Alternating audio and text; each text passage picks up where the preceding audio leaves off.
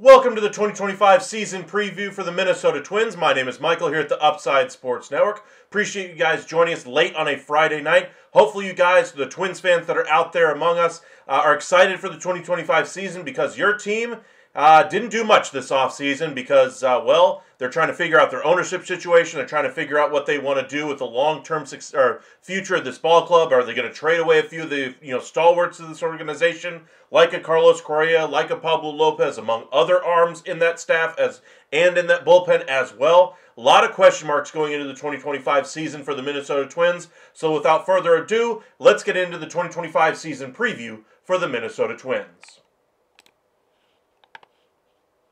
Now, last year, looking at where the Twins ultimately finished, they did not make the postseason. Things did not go really well for them. However, they still finished above 500, along with three other teams in a very competitive AL Central. Last year, they finished 82-80, but overall, I think they kind of played a little bit above their heads. They didn't have a whole lot of talent on this roster from an offensive perspective. They've had some retirements. They've had some poor performance. They've had some injury issues. The pitching staff is where it begins and ends for the Minnesota Twins. But overall, a successful 24 campaign, but I think we're starting to see the beginning of the end here for the Minnesota Twins as we're seeing the Guardians. They have some good talent coming on the position player side, and they already have some solid rotation options there and a really good bullpen.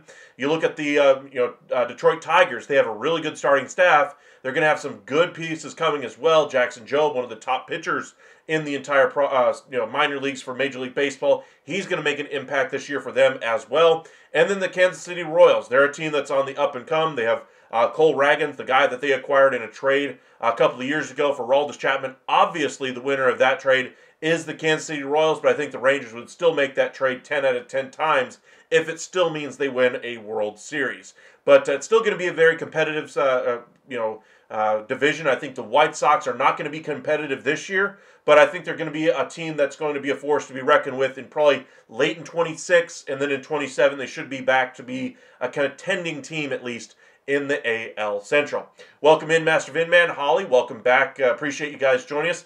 Leaving for the Cubs spring training Monday morning. I'll be your unwanted sideline reporter for all of next week. That's awesome. Man, I wish I could be there for spring training. It'd be so much fun. I do hear the concessions are still quite expensive at the ballparks. So, Master Vinman, if you're going to see some of these spring training games, you might want to eat first.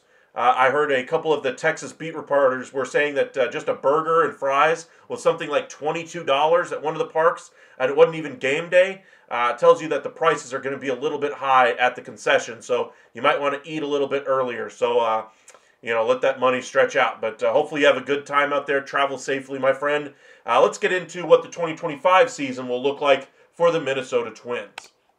Now, looking at their depth chart overall, this is a team that does have some good options. They're going to give Matt Wallner every opportunity to succeed at the top of this lineup. So far in spring training, they've been using him exclusively in that role, and it sounds like they're going to have him be kind of a platoon at times anyway to begin the year. But I really like what they have. But overall, Carlos Correa over there at shortstop, can he stay healthy for the entirety of the season? In center, Byron Buxton, when he's right, he's a great player. When he's not, he strikes out a lot, pops out to the outfield, and is on the injured list. Can he stay healthy as well? Larnach, kind of a platoon guy out there in left. Royce Lewis, of course, can he stay healthy as well at third base? A guy that I really like on their bench, Jose Miranda, going to be a little bit of a utility player for them. I imagine he'll get some playing time at first, left, and a little bit in right as well, wherever they can place him in there. But I think he's a good piece for them off of that bench. Fangraphs only has him at .9 WAR, but he's controllable for 4 more years. So I think he's a good, valuable piece that a lot of teams will be interested in having at the deadline as well to kind of give them some type of punch off their bench, or a more solid third base option as well. That's a whole lot cheaper than Nolan Arenado. Willie Castro is the DH in the final year of his deal, switch hitter. He likely will be a trade candidate at the deadline. Ryan Jeffers at catcher, but they also brought in the catcher from the Los Angeles Dodgers. I know they were looking to free up some of that backup catcher time with Christian Vasquez. Looks like he'll still be there because they weren't able to offload that deal. But the catcher I'm thinking of, Diego Cartaya, the former top prospect of the Dodgers, is now in the Twins system. They gave up a decent prospect in return to get him as well, so they're planning on utilizing him. Looking at the rest of this lineup, though, Ty France was signed very late this offseason, and already the manager has said he's going to be the starting first baseman. Book it. Brooks Lee sounds like he might not have as many believers in the Twins organization as you would believe. Former first-round pick, sounds like he's going to have to earn his spot there at second base and might be pushed for it with Edouard Julien to at least get the job out of the gate. So I think Julien probably gets the nod over Lee, based on the way prices or the way reports are coming out of Twins camp. But one name to kind of keep an eye on there for the future there if you're a Twins fan. Looking at their bench, more late signings here. Harrison Bader, of course. Julien, of course, I'm expecting to be in that lineup. Miranda, and then, of course, Christian Vasquez. I think the objective for them would be able to find somebody to take him off of their hands, even if they have to eat a hefty portion of his salary. Looking at that rotation, it's a good rotation, man. Pablo Lopez at the top. Joe Ryan at the top as well. Bailey Ober. That's a really good 1 through 3. 4 or 5, those are a little bit of a head-scratcher. Simeon Woods Richardson was once a top prospect. No longer seen as that, has really limited time at the major leagues, though. But they're expecting a 4.5 ERA season, only a 1 WAR season. If they get that out of him, I would be surprised. I think we're going to see him struggle a little bit more than that. Chris Paddock has had his share of injury issues, and hopefully they can get something out of him. But they're only expecting 16 starts because of those injury issues out of Chris Paddock. I'd be surprised if they got 16 starts, to be honest. But again, this thing is going to be run by that 1, 2, 3 in that rotation. All three of those guys are going to be a sub-4 ERA. I think Ryan and Lopez have a really good chance to be a sub-3.5 ERA. Lopez could be one of the names that's thrown out there quite a bit around the trade deadline if this team does go into sell mode. Same thing for Joe Ryan. And then, of course, in the bullpen, I thought there was a real chance Duran could have been a surprise trade piece this offseason. I think he will be a prime candidate at the deadline if they're out of contention in the AL Central. Teams are desperate for relief pitching. They're desperate for closers. And one as dominant as Duran can be would be invaluable on the trade market. He would command a hefty package at that time. They do have some pretty good options back there. Griffin Jacks, Cole Sands, Brock Stewart, Jorge Alcala, Danny Colomb, Michael Tonkin, and Castellano as well. Overall, just a really good, setup and middle relief role there. Long relief leaves a little bit to be desired, in my opinion, but they're dominated, of course, by the back end of that bullpen. I think those guys are some of the best in the game. We'll see how this team really does with that bullpen and with those top three in the rotation. If this team is going to win, they're going to have to stay healthy. They're going to have to get those top three in that rotation to really overperform expectations, because 4-5, I don't think are going to get it done, and their bullpen cannot blow saves. So if they get those things done, they could stay in contention all the way to the trade deadline. But ultimately, I think they fall back as the year goes along. Master Vinman, does target field favor hitters or pitchers, or relatively equal? The way I've seen it played, I would lean more pitchers. There are parts of the field that do lean more towards a hitter, but to me, that park, since they opened it, is more of a pitcher-friendly ballpark. It's a lot harder to hit homers there. That's why you've seen them move the fences at different times since its inception, and I think they're still tinkering with them, and I think they'll do again this offseason as well. But to me, target field kind of leans more towards the pitchers there. Now, looking at their minor league system, what they could ultimately count on here, Diego Cartaya is the one name I'm really thinking they're going to use quite a bit at the major league level if they can move on from Christian Vasquez. I think they will at some point. First base, Mike Ford. I think he's a good option there. We'll see what they can really get out of him this year. I think they could really use his bat more than anything else, especially as the year goes along at first base if Ty France can't hold it down.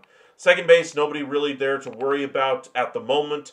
Third base, I think they already have enough talent at that spot on the Major League roster where we don't have to worry about it. Shortstop, nobody close to contention or competing for a roster spot at this point.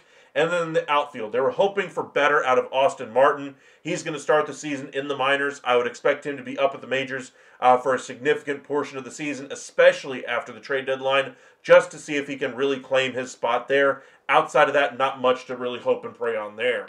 Walker Jenkins, we'll get into that here in just a moment. And then, of course, starting pitchers. They got David Festa. They've got Husker Yanoa, Corey Lewis, Randy Dobnak. Names that have been around a little bit here for the Twins. And we'll see if they can get some nice production out of those guys. Bullpen arms that might be of interest. Cody Funderburk, you might remember him. Justin Topa as well. Alex Spees, one of the Rangers' top prospects from years and years and years ago. Ryan Jensen, Erasmo Ramirez, 35 years old and still going here with the Minnesota Twins. Remember him with the Seattle Mariners long time ago. But again, some good arms there for them to utilize as the year goes along. Let's look at their prospects, though. And this is where things are going to get very interesting for the Twins. They only have 3 top 100 guys, but it all centers on Walker Jenkins. He's really going to be the future face of this organization if he isn't already. Double-A player, and just kind of show you what his year looked like last year. In 23, he hit 362 in only 26 games. In 24, he played 82 games and hit 282, but still had an OPS over 833. His last stop, though, in Double-A, he only played 6 games, but he needs more seasoning there. Only hit $160. I think if he has a monster first half of the year in Double-A, we could very well see him on the big league roster after the trade deadline to kind of get his feet wet at the major league level and then hit the ground running in 26. But right now, I think he's going to start the season in the minors and stay there for the majority of the season until he shows the ability to master Double-A, and then at that point, they'll let him make the jump to the big league club. But he is the future face of this organization. He looks every bit the superstar that they were hoping he would be. The question is, how big does that star really become? 2 other top 100 guys, Emmanuel Rodriguez in the outfield, Luke Chesnell, kind of a multi-positional player for the Twins as well. We'll have to see what this roster really looks like, going down the stretch here. But this is a team that's going to need an infusion of young talent as they go along. So if things aren't working out by the All-Star break, I think we could see them eat a lot of money on that Carlos Correa deal, get a few prospects back, a lot like what we saw with the New York Mets did with Justin Verlander and Max Scherzer. Not to that extent, because the Twins don't have that kind of money, but they could eat a significant portion of the salary, enough to really entice a nice return out of wherever they would send him. Same thing for Byron Buxton. Pablo Lopez, they ain't going to have to retain anything. He is that good all on his own. They could get a premium, top 100 guy, maybe even 2 top 100 guys from the right team if they get that trade done there. As far as Joe Ryan, I think he could be had for a nice price, but I think they probably move one of those 2 starters. I don't think they move both of those guys by the trade deadline. And then certainly in the offseason, if they haven't moved those guys, they will certainly look to get a nice return for their investment in those 2 starting pitchers. I don't think any of the starting pitchers on this team will be part of the next Minnesota Twins contending team, so they need to try to maximize that value right now. So we'll see if they do so at the deadline or in the offseason. We shall see. But they have a lot of pieces that I'm expecting them to try to move off of here to kind of rebuild this minor league system and then get ready to compete in 27, 28, 29.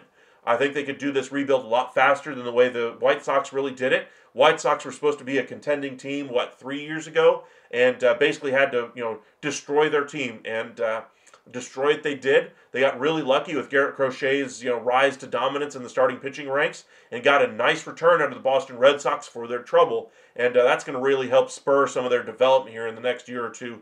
Especially behind the plate. They've traded for a lot of catchers over the past 2 or 3 years since they've started this rebuild process. So they should be good behind the plate. The question is, do they have enough starting pitching as the time goes along? And it's kind of a curious thing the way the White Sox did it. Most of the trade targets that they brought in were all position players because they thought they would rather go in free agency or some other way to bring in the starting pitching talent once it's a proven commodity at the big league level. They'd rather develop the pitching or the position player prospects instead of pitchers. So interesting way to do it there with the White Sox. But overall, Twins, I think, need to be a team that needs to sell at the deadline. I think they will sell, and we'll see what they ultimately decide to do.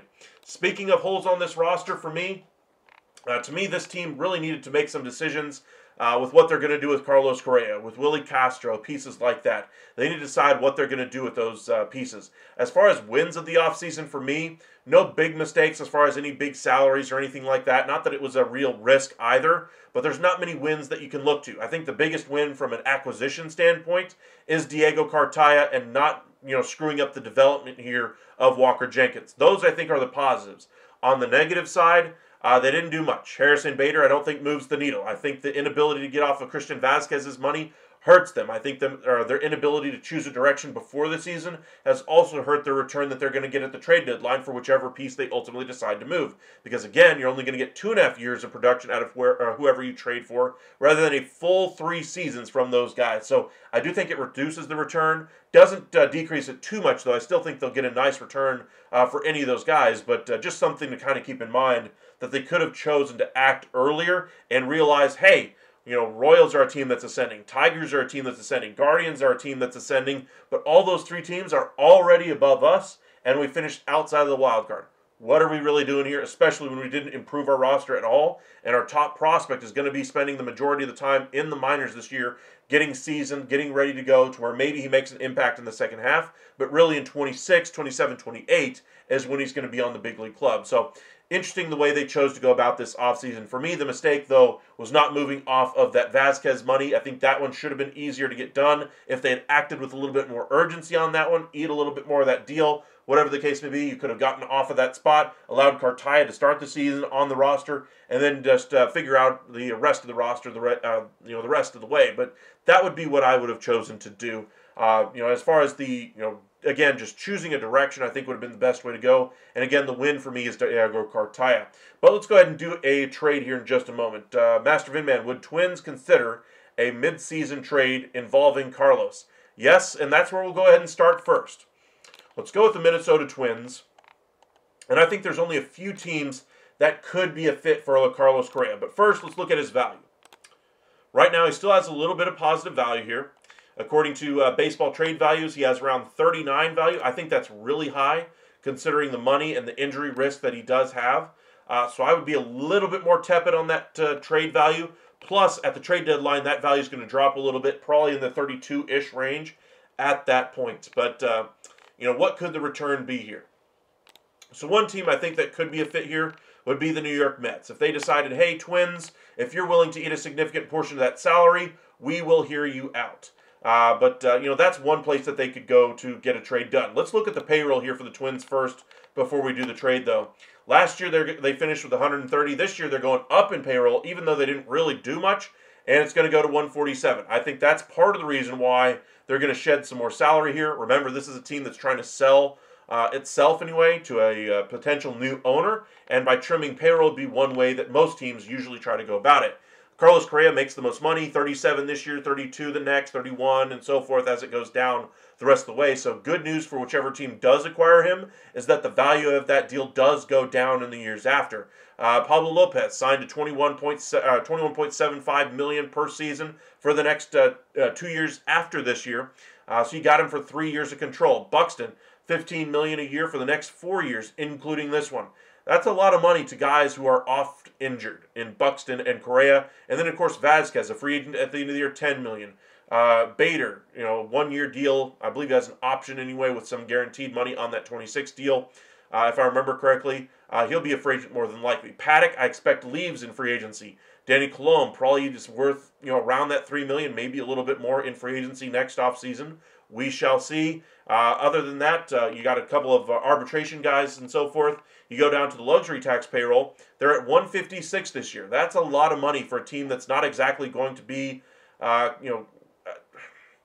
team that's going to be contending for the division crown. So we'll have to see what they do. Again, look at how their payroll numbers really drop off a cliff the rest of the as you go down the list here. 26 down to 88, 27 down to 88 as well. But again, tack on a little bit more money there for arbitration. We'll go ahead and say it goes to 25 mil more. That gets you to the 115 threshold. And again, I don't expect them to be a contending team in 26, but they could use that open financial flexibility there to take on bad contracts from other clubs to really get a nice return on their investment for the prospects that they take on for the cost of eating a bad contract. So something that I think the Twins could do there. But again, looking at the contract for Carlos Correa, if you eat, say, 15 to 20 million of that deal this year, maybe 30 million of the deal this year, you're already going to be spending 37 on it already. So that's not a question here. The question is, can you get out of the future money on the deal, especially with the injury risk that there is? So looking at a Carlos Correa trade, say they go to the Mets and say, hey, I know you're interested in, getting Pete Alonso signed long-term or a Vlad Guerrero Jr. next year or a Kyle Tucker. by getting a Carlos Correa right now, you solidify third base. You can utilize those pieces that you have in Acuna, in Mauricio, in Jet Williams. Play them over at third, at first base. You can play them, in the middle infield spots. Maybe one of those guys takes over at second base for McNeil. Maybe one of those guys plays in one of the corner outfield spots to kind of round out the year. And then you go out and add in free agency at that point. I think you'd rather have a bird in the hand than nothing and just magic beans, if you will, hoping they turn into something. Not saying that prospects are equivalent to that, but I'm saying that you don't have a proven commodity, and having that solid production there would be a valuable thing to a team that's trying to compete for a World Series. You're not looking to build for 28. You're not looking to build for 29. You're a team that's looking to compete right now with the Los Angeles Dodgers and win a World Series. Do you have to balance that with the future of the team? Absolutely. But I think you also have to realize this is your real chance to compete at the top of the NL, and you never know what happens in a short series. I think they still need to add some starting pitching, but if they were to go the hitting route, I think this would be one piece that could be a nice one for them. One of the few teams that I think could be one here is the Mets, because I don't think you'd have to eat much of this deal to make it worth it to the Mets. So the Mets, let's go back over to them, see what would they have to include in this deal. You'd probably have to include one of the top young prospects. I think Jet Williams would probably have to be in this one, or Jeremy Rodriguez. I think they're going to try to hold on to Williams. So let's say they go with a Jeremy Rodriguez. He's several years away from being a part of this ball club. Say they include Baez as well, a couple of their top prospects. That gets you really close as far as value already. Now say the Twins, they say eat $10 million of this, right? Goes to the Mets. Now you're $20 million away from getting close to value here. So you're getting further away. You'd have to include some serious pieces going back to the Twins. What could be a piece that would make sense? Buto could be one out of the bullpen. Gilbert could be another. But then at that point, you're starting to lose too many prospects to me. I think you probably have to include a better one. So maybe we take out the cash, and instead of doing that, we do a couple of lower level pieces, like a Barrow and another 18-year-old shortstop. That's not a bad deal for Carlos Correa if the Mets are going to eat the entirety of that deal, and you get a whole bunch of young talent coming your way. Are any of these guys the bright future of the New York Mets? I would say Rodriguez and Baez would have a nice chance. Barrow could. But I don't think any of them are proven commodities, which would be the only reason why I'd be tempted to make this trade. Now, would I do this trade if I was the Mets? I would still lean towards no, because I'm taking on a lot of money, and in giving up young assets, I'd rather be able to get one or the other to make this trade a little bit better as well. Let's see here. A lot of talk of Helsley getting traded to Texas. I did hear about that quite a bit, over the last few days. I still am waiting to see if the Cardinals are going to get serious about it. The way they've held on to him so long, I just find it hard to see him getting traded at this point. Not to say that it couldn't happen. I just think that a trade like that is probably going to happen closer to the deadline more than anything else. They are a team that's trying to rebuild this year, or at least retool. And I think the wise move would be to trade him. Absolutely. And I'd love him if I'm Texas. I'm curious to see if the Cardinals ultimately do move him. And if they move him, closer to the trade deadline. I think right before spring training is unlikely. I think they'll move other pieces, including Nolan Arenado, before they move Ryan Helsley at the end of spring training here. So he is a name to keep an eye on, though. I wouldn't put the chances of that at 0, but I wouldn't say it's overly likely either. Master Vinman, sidebar. Only with your permission, I would like to use your logo only to display on T-shirt for spring training. Maybe get a few more subscribers. We can chat offline. That'd be cool. That'd be really cool, Master Vin, man. Thanks, man. I have not mastered the whole chatting offline thing. I'm not sure where or how I would do that, though. So if you guys have a clue how to do that, I would be all ears. But let's go ahead and do another trade here for the Mets. Let's go away from the Carlos Correa, or not for the Mets, but for the Twins. Let's go away from the Carlos Correa talk. Clear the trade out. Let's go back to the Twins again. And I want to look at some of their starting pitchers. We're going to go to the major side of things and top value pieces. Let's look at guys that are on expiring deals first. Master Vinman, how much room does Twins GM have if the team is looking to sell the franchise? As far as salary room, I would say that he probably has no wiggle room. He probably can't add much more room because, again, in order to bring in Harrison Bader and to bring in the other pieces that they have this offseason, they had to get owner approval in order to get those additions done. And since when have you seen a team have to go to ownership approval to get a Harrison Bader under contract, and that be your big addition of the offseason? Tells me they don't have a lot of money to work with. And so saving some money here might be the name of the game for the Twins GM. But let's kind of look at their expiring deals. Bader, of course, if he has a productive first half, could be a nice fourth outfielder for somebody at the deadline. Willie Castro, I think, could be an invaluable utility player. New York Yankees, I think, would be a nice fit for him. Ty France, if he can re-establish his value, would be a nice one as well. Upside social media, yes, okay, we can do that on X, I suppose. That'd be an easy way to do it. Let's see here.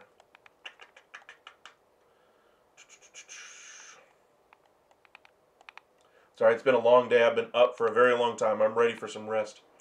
Let's see here. Christian Vazquez, a negative 4.5, getting off of that $10 million. I think would be a very nice thing for ownership. Jeffers only got 2 years left on his deal. He could be a name that moves out and allow Cartaya to have, all the reps at catcher there. Maybe you keep Vazquez at that point, and get the value out of Jeffers. Jeffers has a nice value there. If you keep Vazquez, $10 million for a backup catcher this year, and then sign him to an extension. Say you sign him to a 1-year extension worth, $5 million. Then say a 2-year, $15 million deal for Vazquez. It's a whole lot better than a 1-year, $10. It's still a lot of money to pay for Vazquez, but at least you're having a nice, solid veteran catcher there to partner with Diego Cartaya as he gets his feet wet in the major leagues, and you capitalize on the positive trade value of a Ryan Jeffers. Something to kind of keep in mind. In fact, I kind of like that idea quite a bit. So let's say we do something like that. So instead of trading Vazquez, we trade Jeffers. Who needs a catcher? Astros don't. We're looking for contending teams that could use a catcher here. Braves, they just got rid of Travis d'Arnaud. They're hoping on Sean Murphy. Cardinals, they're not a contending team. Brewers, they have an answer already. Mariners, they need offense, but I'm not sure Jeffers really qualifies as that. Mets could use a backup there. Orioles, they have Adley Rutschman, but I think they're going to use him a fair amount at first base DH this year. Padres have been looking for some catching help pretty much the entirety of the offseason. That could be a spot. Phillies, with the extension for Real Muto talks going on, maybe they decide to go some other direction. Rangers, if they have an issue with Jonah Heim, maybe they could do it. Pirates need some offense. I think they would be a nice fit. Rays could use more of a long-term option. Red Sox don't need one. Royals could use a better replacement for Salvi Perez. Tigers, maybe. But trading him in the division would be tough, but I don't think it'd be that tough in the AL Central. I think they could live with it. Yankees, possibly. Let's say they go to the Royals. We'll do them first because they need a little bit more production offensively. So the trade here would be Jeffers going to the Royals. And what could the Twins get back?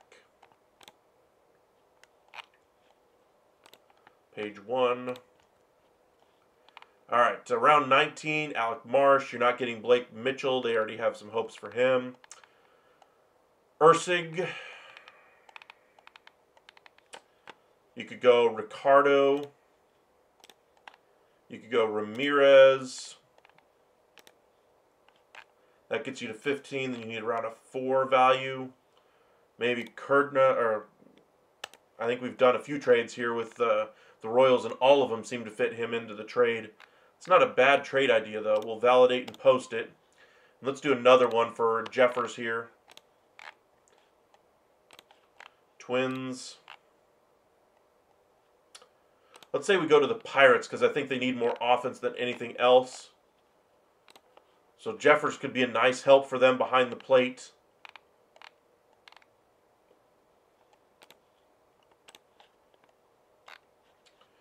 So you go to the Pirates. What could you get in return? I would want some young pieces for the future. Connor Griffin would make sense as a headliner. He's young enough. I think it would work. And then you need around a 6 or a 7. You could go with Ashcraft to help out in the rotation. Actually, that's not a bad option. What would that trade look like? 21 to 19? Twins, maybe you give up another piece off of the Major League roster here. Let's go to the opposite end here. Dobnak could help out. Tonkin, out of options guy, could go the other way. Camargo. Get a bullpen guy, Danny Colomb. In fact, I could do that one there. Clear up a little bit of roster space there. That's not a bad trade. I would probably do that if I'm the Twins, and I'd probably do that if I'm the Pirates there. Not too bad. Let's do one more trade here for the Twins. And we're going to do it for the fun part here with Pablo Lopez. We could do Duran, but I want to focus on Pablo Lopez first. We've done the Orioles quite a bit if they're looking for a proven option in their starting staff. I want to do another one with the Rangers here just because I think they have the pieces the Twins would be interested in here. So let's again pull up the Pablo Lopez trade possibilities. This would be the acquisition for their rotation that they need for future years. So the first thing I think would be a piece for them would be a piece to go in their starting staff, Cody Bradford. Now Pablo Lopez would take his spot in the rotation. Bradford's at least anyway. You're good to go. Josh Smith, I think, would probably immediately go into the regular lineup anyway for the Minnesota Twins. Do I think I'd prefer that if I'm the Twins? Probably not. I'd probably want an actual prospect than Josh Smith. But I think he would at least help keep us a very nice team at the Major League level. I would prefer a younger piece, though. Looking at the rest of this deal that they could put around him, you could put Dreiling in this deal. You could go with the injured pitcher Rosario. You're looking for another 20 value, though. And it doesn't make sense without having Rosario in the deal. I just don't think his value is that high after the injury. I think after the injury, his value plummets to, say, I don't know, 11? And I wouldn't be willing to give up that. Let's do a different team here for Pablo. Let's go with another team. We haven't done a lot for Pablo. Looking for some starting pitching. The Reds could be an interesting one. Padres could be an interesting one. I don't think I've traded him to the Padres yet. We've done the Orioles. We've done the Mets quite a bit.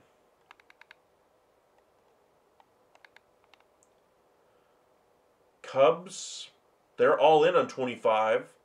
He would be a long-term option in that rotation. A's are looking for some more rotation help. Maybe they would be the team for him. Let's do the A's just to keep it interesting.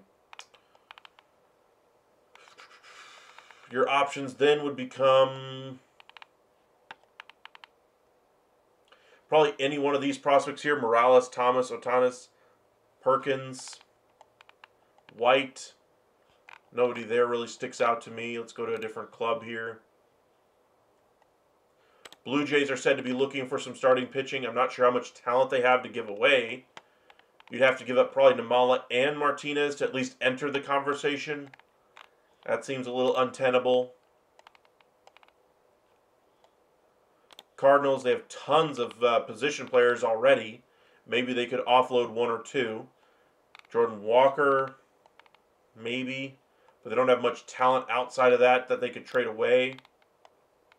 Especially if you're looking to rebuild. So let's go ahead and look at the Orioles once again. Because to me, this is the best natural fit between the two clubs. You're not going to give up Holiday, Basayo, Rodriguez, Cowser, Westberg, Rushman, or Henderson. Not giving up those guys. But as you come down here, Hurstead probably becomes the easiest piece to put in this deal because he immediately goes into that outfield. I think then you try to go a little bit younger here with a Bradfield in the outfield. Then you have two guys that you could play next to Walker Jenkins out there. And then maybe a Cade Povich to go into that rotation. Now your value looks pretty accurate, and you're only giving up 3 pieces here.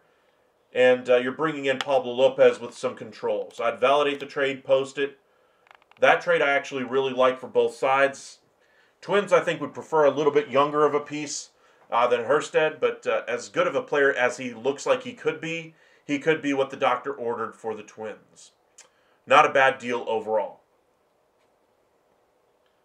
But we've done a few Duran deals in the past. If you guys want to check those out, I encourage you to check out some of the other lives that we did in the month of January. We discussed quite a bit about the possibility of Duran being a trade surprise candidate anyway this offseason. I imagine we'll revisit a lot of that discussion around the trade deadline.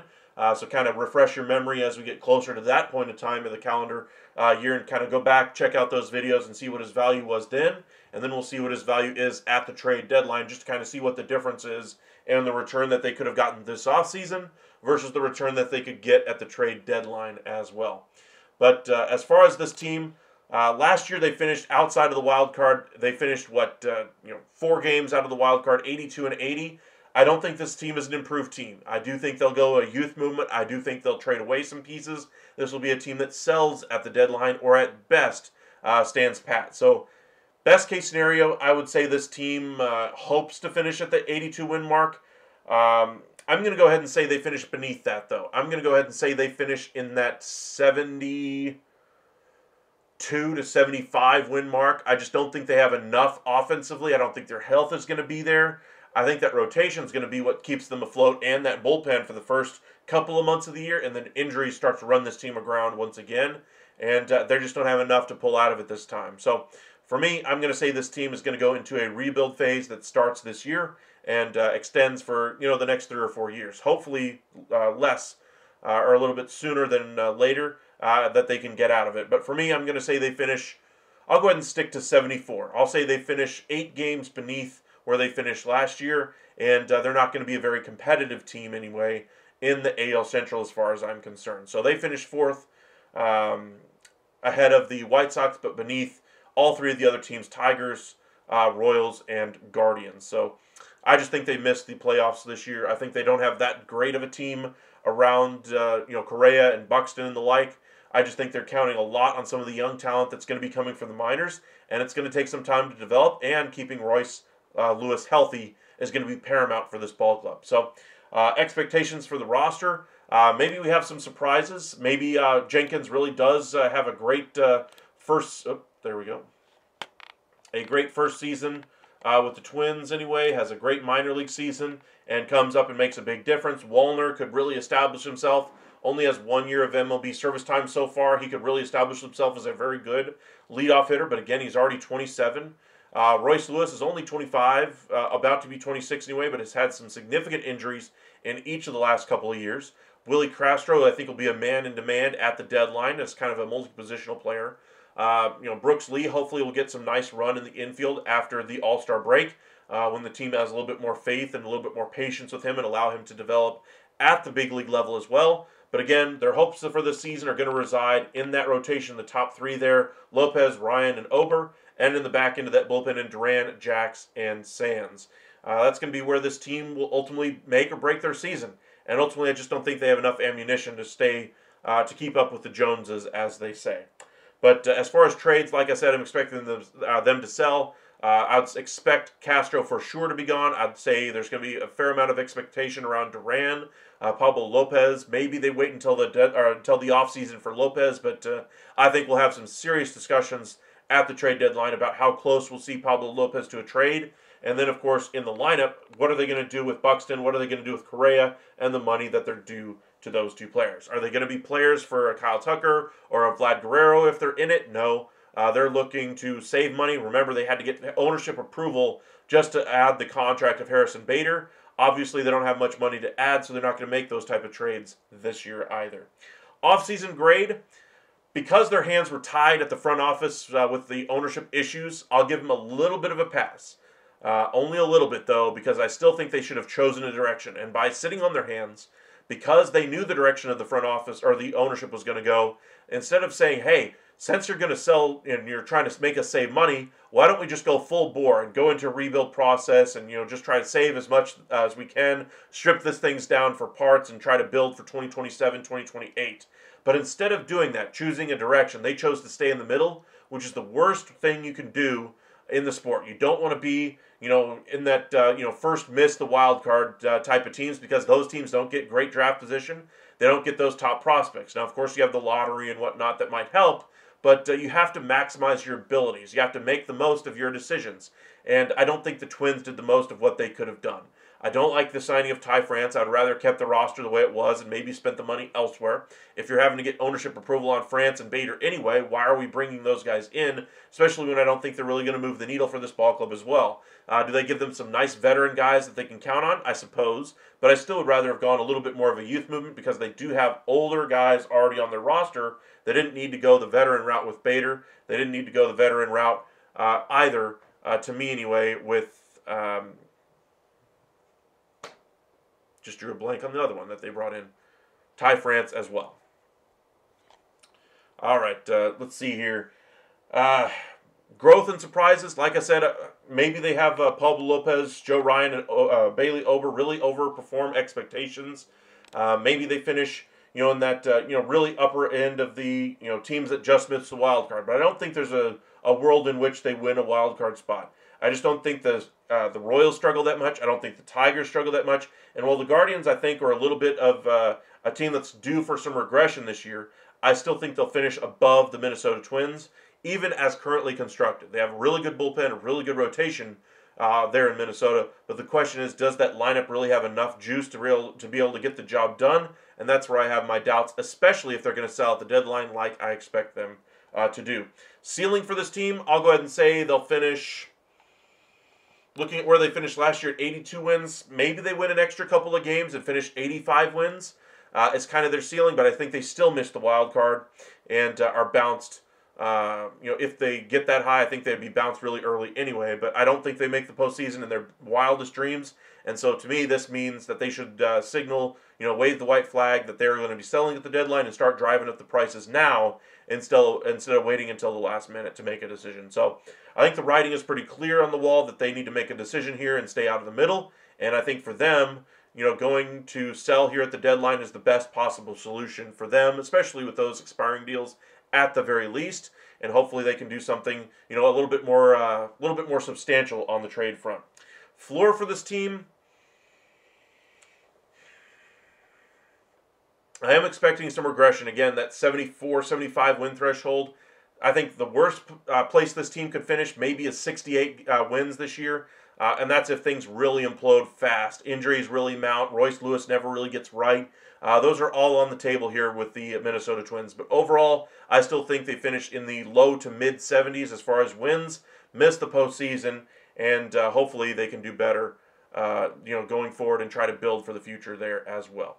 All right, I appreciate you guys joining us. Thank you guys again for spending some time with us. This has been the Minnesota Twins 2025 season preview. We're going to do 4 season preview videos tomorrow. Those teams, for those of you wondering, are the Miami Marlins, Detroit Tigers, New York Yankees, and San Diego Padres.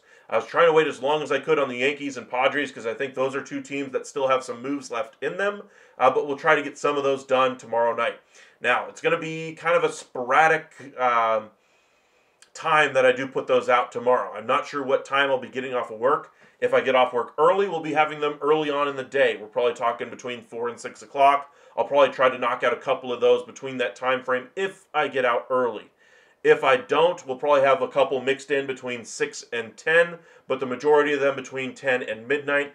So be sure to kind of turn on your notifications when we do go live. We will let you guys know. Follow us on X at UpsideSN and on Facebook, Upside Sports Network, to stay up to date on all the latest in Major League Baseball. Hit that subscribe button here on YouTube. Thank you guys for joining us tonight. We really do appreciate it.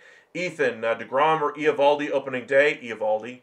They're going to try to save DeGrom's innings. There's no reason to have him start opening day right now for Texas. He will probably be the number 4 starter, at least, or I say the number 4 starter. He'll be the 4th starter Texas uses this year as a way to keep him from, throwing too many innings this year, trying to push him back in the rotation. Just kind of limit the number of innings that he tosses this year.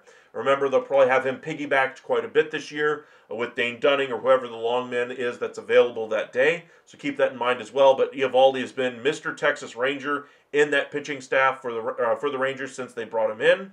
And yes, DeGrom makes more money. Yes, he has the higher-end talent. But Eovaldi is through and through a Texas Ranger, and he will be there. I imagine, I kind of picture Nathan Eovaldi a lot in the way I picture Adrian Beltre.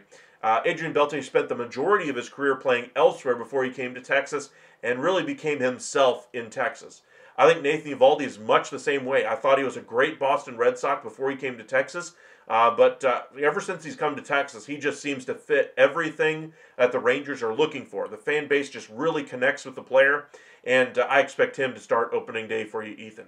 Alrighty, appreciate you guys joining us. Be sure to hit that like, subscribe. Again, join us tomorrow as we continue our 2025 season previews. We will be wrapping them up on Sunday. So tomorrow, just to kind of recap, we'll be doing the Marlins, Tigers, New York Yankees, and San Diego Padres.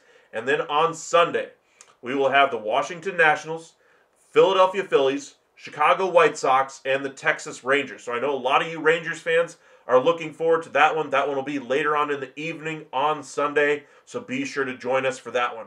But appreciate you guys spending some time with us today, watching both of the lives. Been a lot of fun talking some baseball with you guys this entire offseason, and it's getting closer and closer. Opening day is right around the corner. We're going to see a bevy of trade activity as spring training winds to a close here in the next few weeks. And the season is getting closer to beginning, so hopefully we'll have some actual games to talk about. We're not just going to be a highlight show here at the Upside, though. We want to talk about what happens as a result of those games. You know, poor performance by a starting pitcher, do they get sent down? What happens with the rest of the rotation? Do they need to call somebody up to kind of, if there's a hot bat?